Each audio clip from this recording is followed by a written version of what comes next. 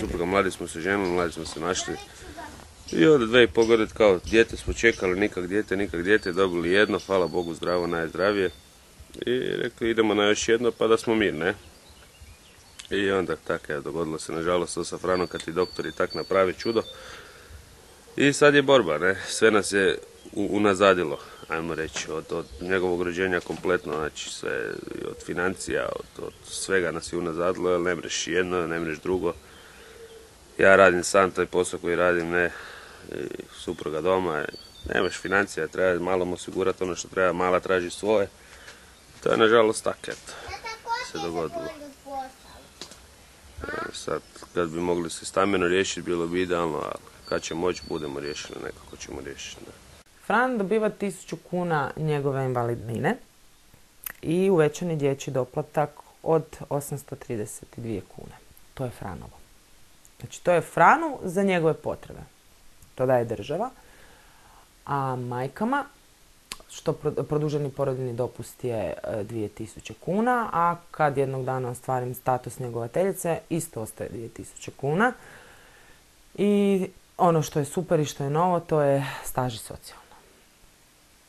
E sad, neko bi rekao 3832 kune, nije to mali novac, neko za to radi cijeli mjesec, pa i za manje.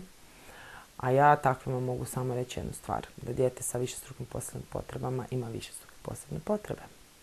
To dijete treba fizikalnu terapiju, patronažnih sestara više nema. Dijete do 3 godine u zakonu HZZO-a je nevidljivo, odnosno nema invalidska kolica koja mu trebaju.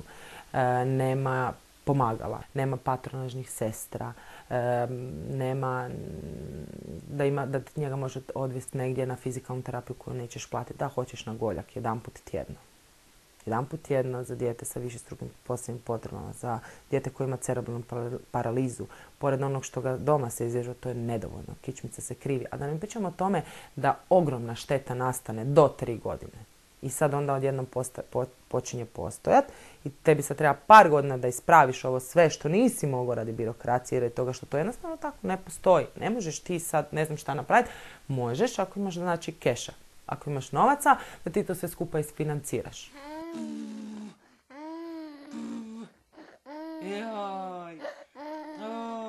Dizi me da punio za nos.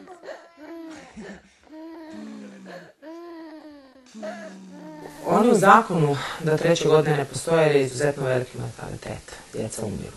Jako puno djece umira do 3. godine. I nije profitabilno davati kolice i doznake.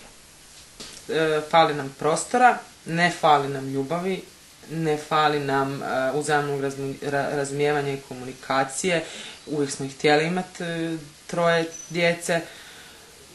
Čak smo i o 4. bili razgovor, dok si mlad zaljubljen i sve to skupo, sad bi svi čopor djece, ali uglavnom htjeli smo uvijek imati 3 djece, htjeli smo imati veću obitelj, jer fali mi 1 soba, odnosno 2 da budem precizna. Ali kad bi imala uvjete u kojima bi svi bili zadovoljeni s nekakvim svojim malim prostorom, znači da sva ta djeca imaju nekakav ćošak za sebe.